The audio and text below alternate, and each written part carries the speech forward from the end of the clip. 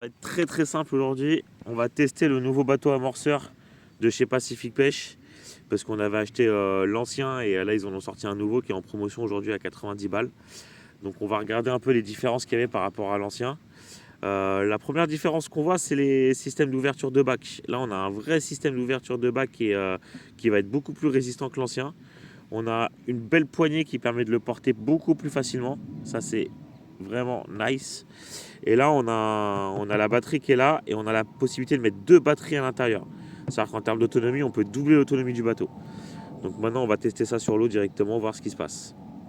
Donc le bateau, il est à l'eau. On voit aussi une autre différence, c'est par rapport à la télécommande. On est vraiment sur une toute petite télécommande qui permet de mieux manœuvrer. Donc d'avoir une main dispo pour gérer le bateau et une main pour gérer la canne.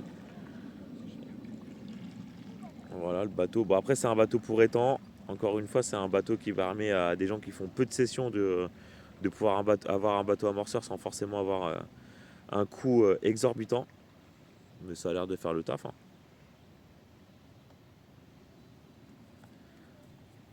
Lâchage de bac. Voilà. On le fait revenir avec le bac ouvert.